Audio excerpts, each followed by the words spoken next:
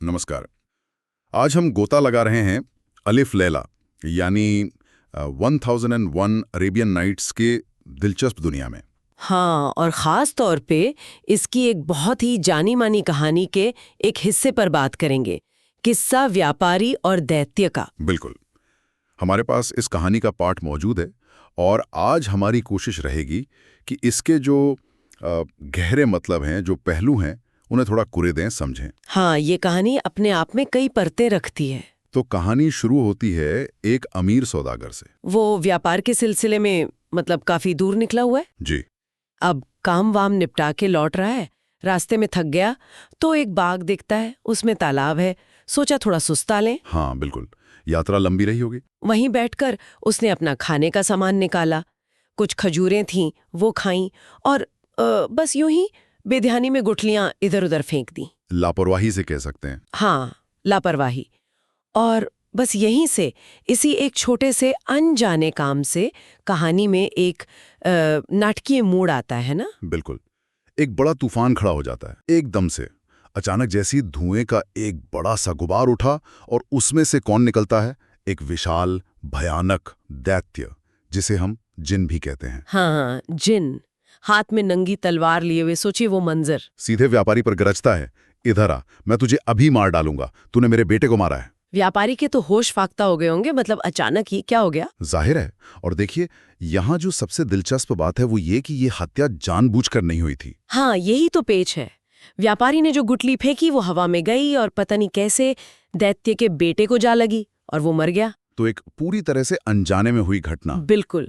और ये हमें सोचने पर मजबूर करता है कि कैसे हमारे छोटे छोटे लापरवाही में किए गए कामों के भी कितने गंभीर, कितने भयानक परिणाम हो सकते हैं। सही कहा।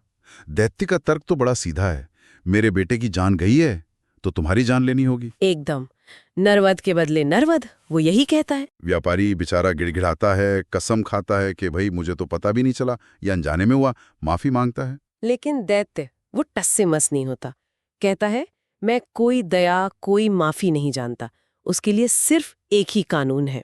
यहाँ पर वो न्याय और दया के बीच का जो द्वंद्व है वो साफ दिखता है। दैत्य का कठोर न्याय और व्यापारी की मानवीय भूल और दया की गुहार। हाँ, ये वो सदियों पुराना तनाव है।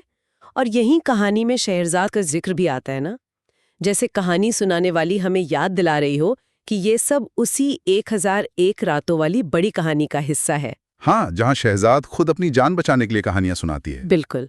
तो एक इशारा मिलता है कि शायद कहानी सुनाना ही यहाँ भी जान बचाने का कोई रास्ता बन जाए। तो जब व्यापारी को लगता है कि अब तो मौत निश्चित है, कोई रास्ता नहीं बचा, तो वो एक आखिरी कोशिश करता है।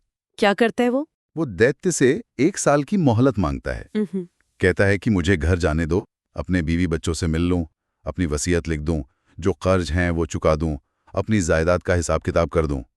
अच्छा।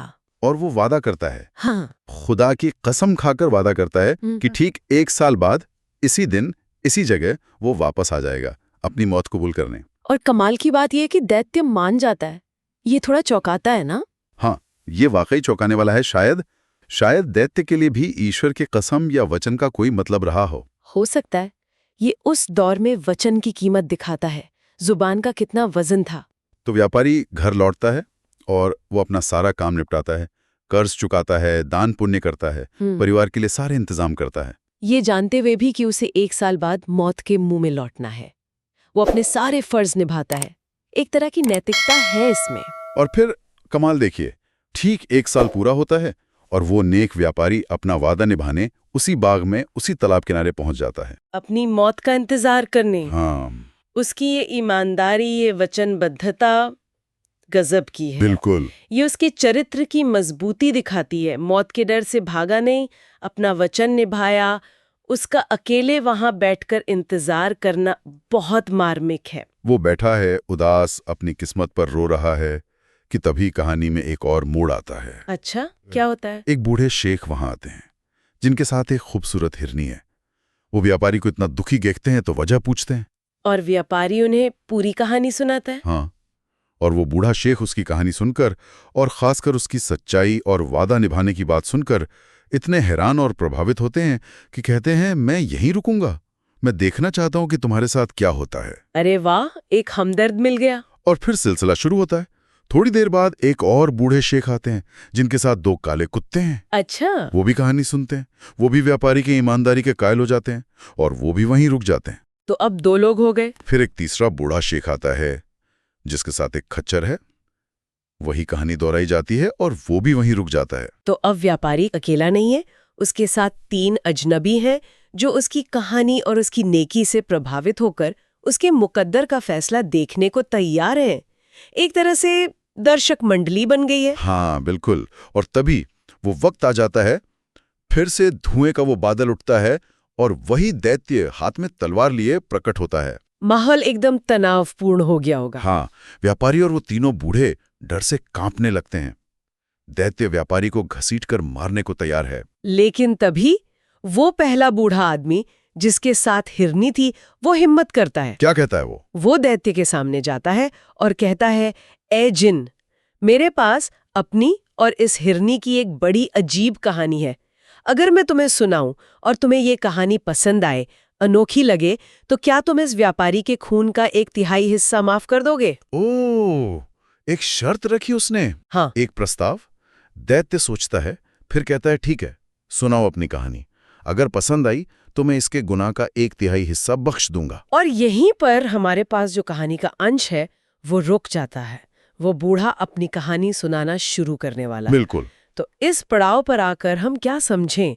मतलब कहानी एक ऐसे बिंदु पर छोड़ दी गई है जहां एक इंसान की जिंदगी अब कहानियों पर निर्भर है। हाँ, ये हिस्सा हमें बहुत कुछ सोचने पर मजबूर करता है। न्याय क्या है, दया क्या है, किस्मत कैसे पलटती है, वचन का क्या मोल है, और शायद सबसे बड़ी बात, कहानी कहने की ताकत। कहानी कहने की शक्ति। जी। क्या एक अच्छी, एक अनोखी कहानी सच में भाग्य बदल सकती है? क्या वो मौत को टाल सकती है? ये एक बड़ा सवाल है ना? हाँ, ये एक ऐसा विचार है जिसे श्रोता अपने साथ ले जा सकते हैं और सोच सकते हैं कि कहानियों में आखिर कितनी ताकत होती है। बिल्कुल। कहानी सिर्फ मनोरंजन नहीं, शायद उससे कहीं ज्यादा है।